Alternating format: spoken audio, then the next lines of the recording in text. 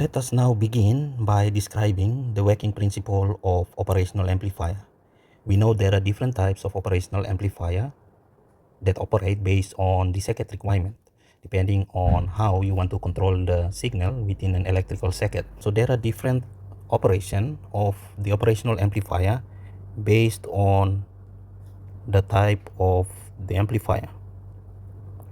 There are different circuit configuration which can be used, such as cascading those operational amplifier to achieve a certain application.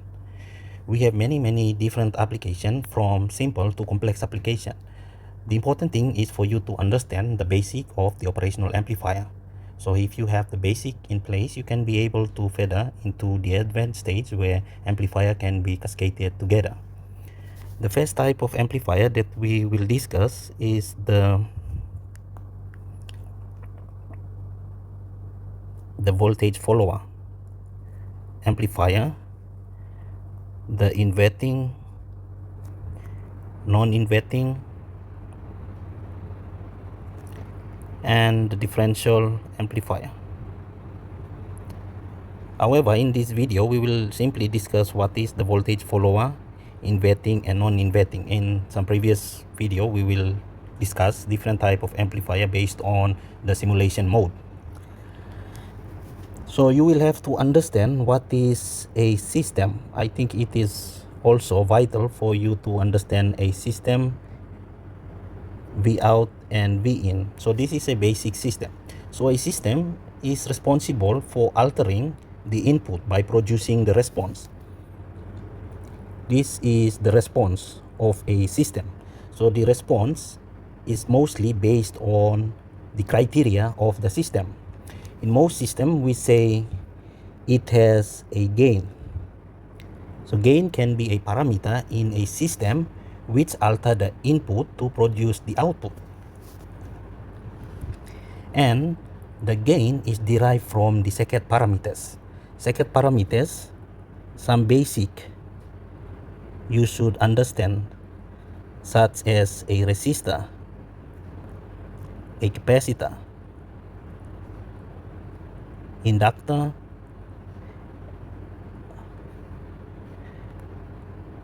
MOSFET, transistor, and so on. So those are the circuit parameters. The important thing in which for an amplifier we will look at is to do with the resistor and the capacitor. So these two electrical elements inside a circuit can be able to determine the gain of the amplifier. So imagine the system is nothing but the amplifier. It will have the gain. And where will we get the value of the gain? We will get it from the circuit parameters such as the resistor or a capacitor within the electric circuit. By having that in mind, we are going to look at the voltage follower. So what is a voltage follower? Voltage follower is an amplifier circuit. We have non-inverting, inverting input, and the output.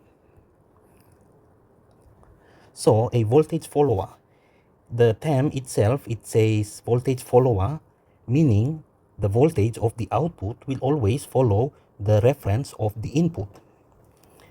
We can define as voltage output will always follow the voltage input. This is the mathematical representation, voltage follower, so the response following the input. In a case where in an electrical circuit, there are external parameters that affect the performance of the circuit.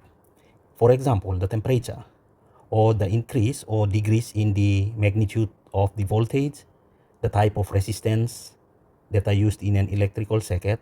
Those type of parameters will produce variation. When there is a variation in a circuit, the voltage component will also vary. So we don't want that. We want the circuit or the amplifier to follow closely or precisely the input voltage, or we call it the reference. In that case, how do we connect? If we want to have a, for example, a 5 volts supply into a particular system. In that case, what do we do? The reference now will become positive 5 volts. Since we need positive at the output, we have to connect it to the non-inverting, and it should be positive. By then, we can connect this output pin to the input pin. Now, this circuit represents the voltage follower. If we change now from 5 volts to, for example, 3 volts at the input, the output will now also becomes a 3 volts. So what is the gain in the circuit? Since it is a feedback, the feedback represents the gain of 1, and it is sometimes known as a unity feedback. So by looking at the system, why you should understand this? So with respect to the gain, the V out is always equals to the gain times the V in. So this portion of the gain will alter the voltage input to produce the voltage output.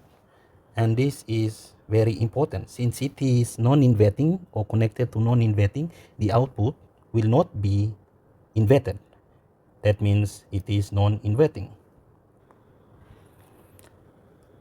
This is example 1. I will give you another example, example 2. So imagine if you have a sensor which requires positive 2.5 volts to operate, and this sensor is within a chip that requires positive 5 volts. So the 5 volts will be the main supply to the chip which has the sensor in it.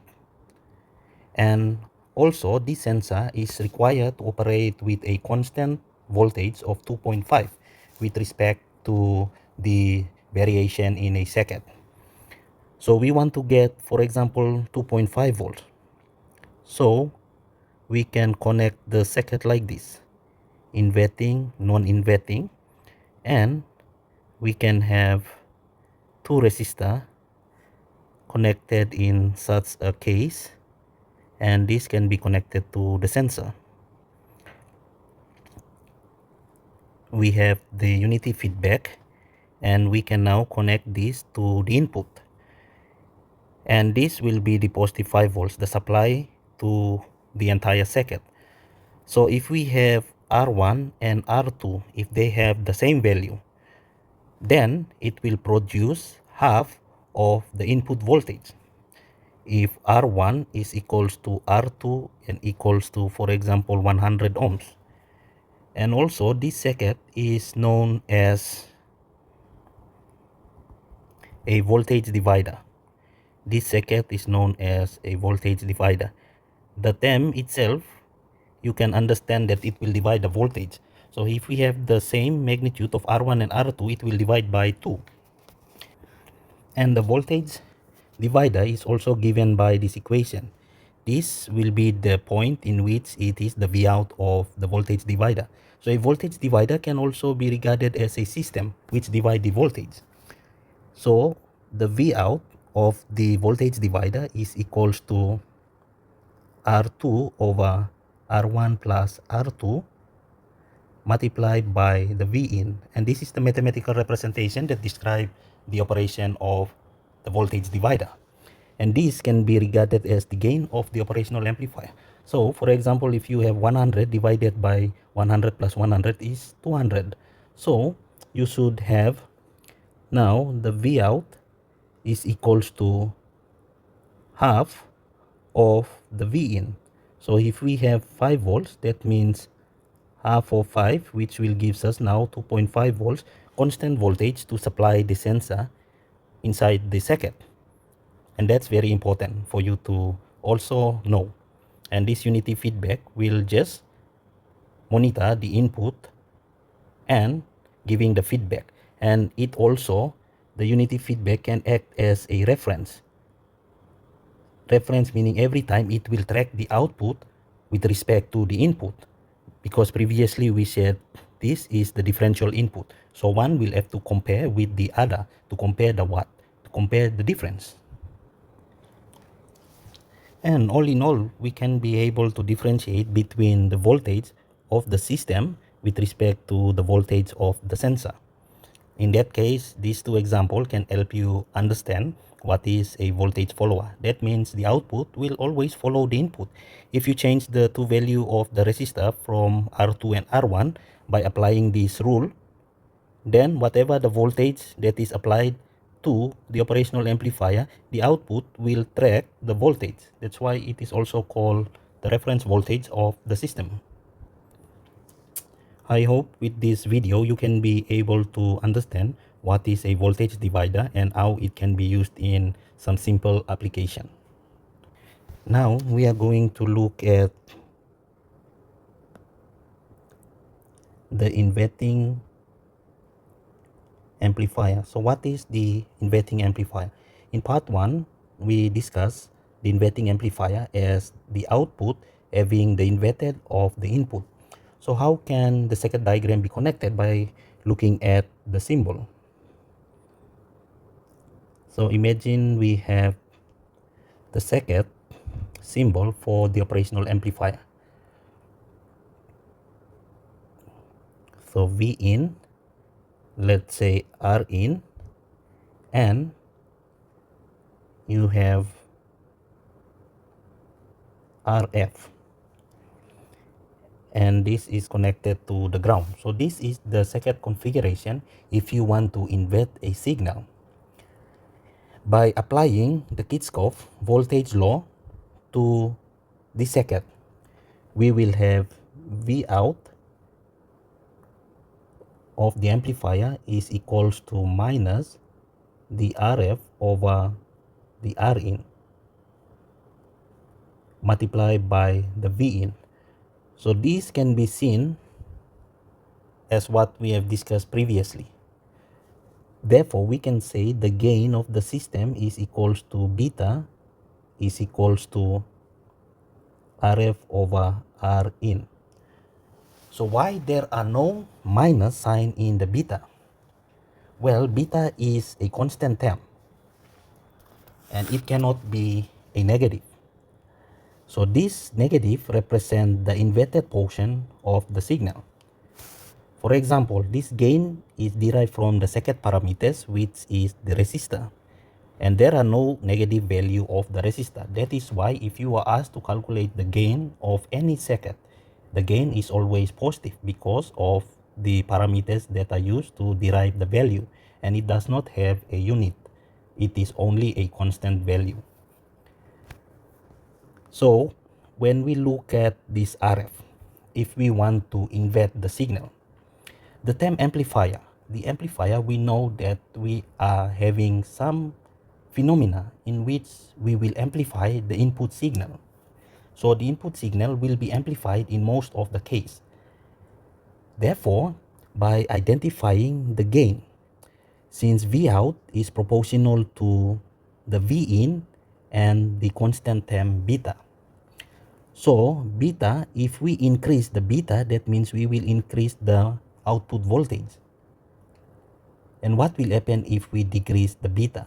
If we decrease the beta, then we will decrease the output voltage with respect to the input. So previously in the voltage follower, we say that beta is equals to 1.